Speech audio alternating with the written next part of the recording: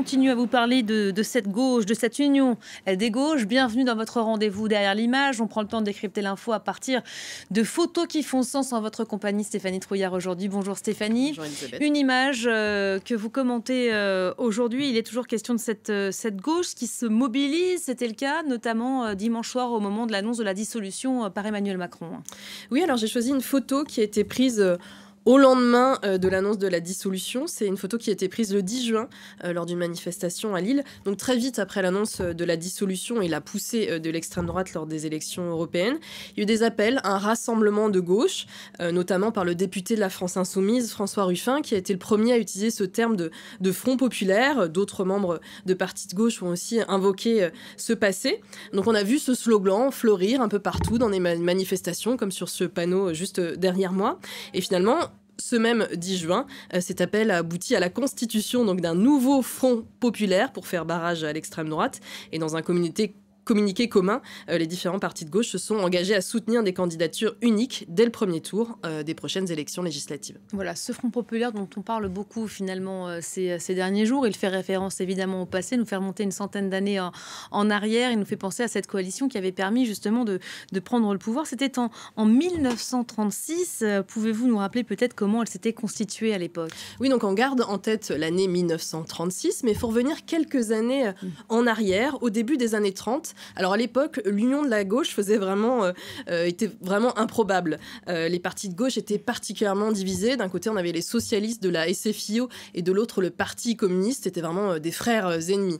Au début des années 30, on était dans la période de classe contre classe de l'internationale communiste qui parlait des sociotraites en parlant des socialistes. Et de l'autre côté, les socialistes dénonçaient les mousquetaires, donc qui voulait dire que les communistes étaient aux ordres des soviétiques à Moscou. Mais il y a plusieurs événements qui vont finalement changer un peu la donne. À partir de 1931, la France est touchée à son tour par la Grande Dépression, la crise de 1929. Il a fallu quelques temps pour qu'elle arrive jusqu'en France. Et là, donc à ce moment-là, il y a une grave crise économique, la production industrielle chute, il y a beaucoup de faillites en France, le chômage grimpe. Et dans ce contexte d'incertitude sociale, c'est alors qu'il y a d'autres acteurs qui rentrent en jeu. C'est les ligues d'extrême droite qui s'en prennent alors au régime parlementaire. Et finalement, il y a un événement qui fait basculer les choses. C'est le 6 février 1934. C'est une grande manifestation de ces ligues d'extrême droite devant la Chambre des députés. On voit les images derrière moi. Et cette manifestation, elle tourne à l'émeute. Il y a une quinzaine de morts et des milliers de blessés. Et là, les partis de gauche perçoivent cette manifestation vraiment comme un coup de force fasciste et comme les suites aussi finalement de ce qui s'est passé en Allemagne avec l'arrivée au pouvoir d'Hitler, en Italie avec Mussolini. Et là, la gauche, alors, elle décide de s'unir pour faire front commun contre ce risque fasciste face à l'urgence de la patrie en danger. C'était les termes qui étaient employés à l'époque. Et donc, après tous ces différends, les communistes et les socialistes décident alors de s'unir. Ils commencent à défiler ensemble. Il y a rapidement des manifestations, quelques jours après le 6 février 1934.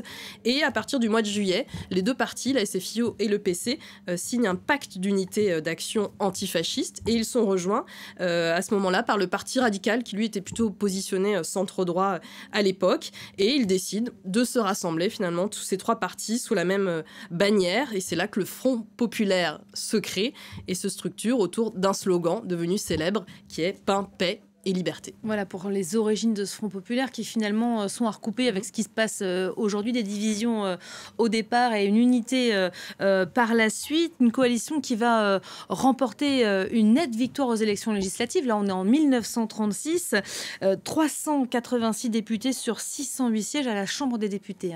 Oui, alors c'est alors que Léon Blum, qui était le chef de file de ce Front populaire, forme un gouvernement de coalition, mais dans le même temps il y a des grèves qui éclatent un peu partout en France. Alors ça peut paraître un peu paradoxal, mais finalement, les ouvriers ont été un peu exaltés par cette victoire de la gauche, tout en se méfiant des politiques, et ils décident de mener des actions de grève. Alors ça touche 2 millions de personnes un peu partout en France, c'est énorme.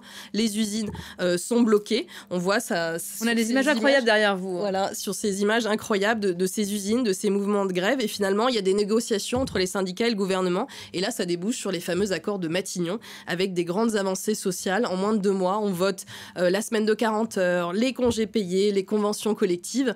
Ça a été vraiment un élan et beaucoup d'enthousiasme, et c'est pour ça qu'aujourd'hui, on utilise encore ce terme de Front populaire. C'est à cause de l'enthousiasme suscité à l'époque, et ça reste un exemple pour la gauche 88 ans après. Voilà, il y a eu de nombreuses photos prises au cours de cette période, ce printemps 1936. Vous en avez choisi une en particulier. Oui, il y a de nombreux photographes qui ont pris des clichés de cette période. Willy Ronis, Henri Cartier-Bresson, Robert Capa.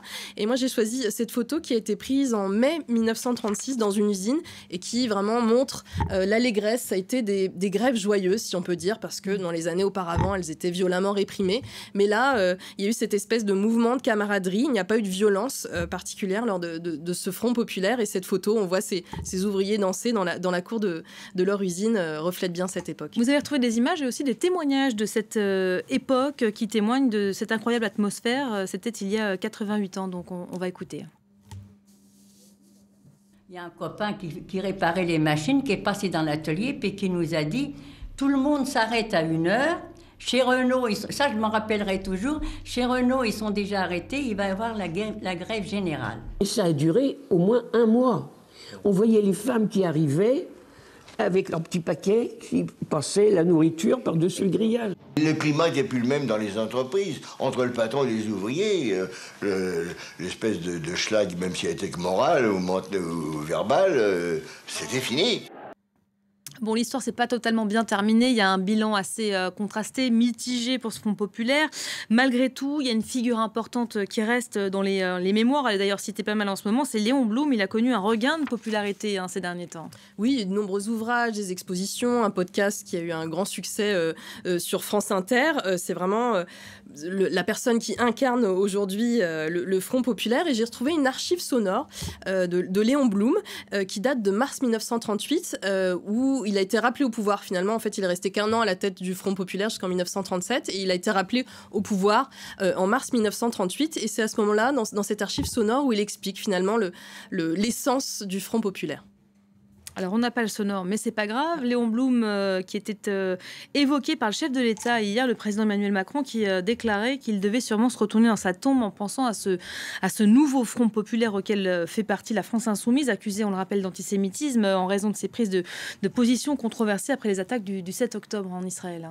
Oui, c'est pas le seul à avoir évoqué la figure de Léon Blum au cours des derniers jours. Alors, on le rappelle, Léon Blum, il était issu d'une famille juive d'origine alsacienne et il avait essuyé des attaques antisémites depuis le début de sa carrière.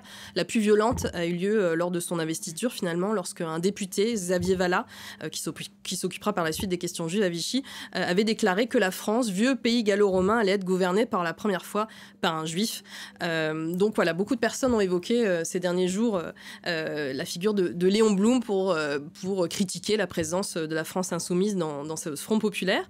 Mais son arrière-petit-fils, qui s'appelle Antoine Malamud, a répondu à ces critiques dans un article publié il y a quelques jours sur Mediapart. Il a rappelé qu'à l'époque, en 1936, les divisions étaient déjà très fortes au sein du Front populaire entre communistes, radicaux et socialistes, mais que c'était vraiment, pour Léon Blum, l'idée c'était de lutter contre les menaces fascistes. Et donc il dit qu'il faut vraiment finalement passer outre ces divergences et se mettre de côté les polémiques pour se réunir. Et puis pour lui, il rappelle que c'est au cœur de la pensée de l'extrême droite que l'antisémitisme est structurellement présent. Il est au cœur de l'idéologie identitaire, donc il met bien en avant le combat surtout de Léon Blum contre le fascisme. Voilà, objectif commun qui permet, là aussi, on verra si ça fonctionne cet après-midi, de rassembler autour du projet. Merci beaucoup Stéphanie Trouillard qui nous fait revivre l'histoire et qui recoupe tout cela avec l'actualité. On peut évidemment retrouver votre article sur france24.com. Et toute l'actualité en vue de ces élections législatives anticipées. Merci beaucoup, c'était Derrière l'image. Allez, on passe tout de suite au reste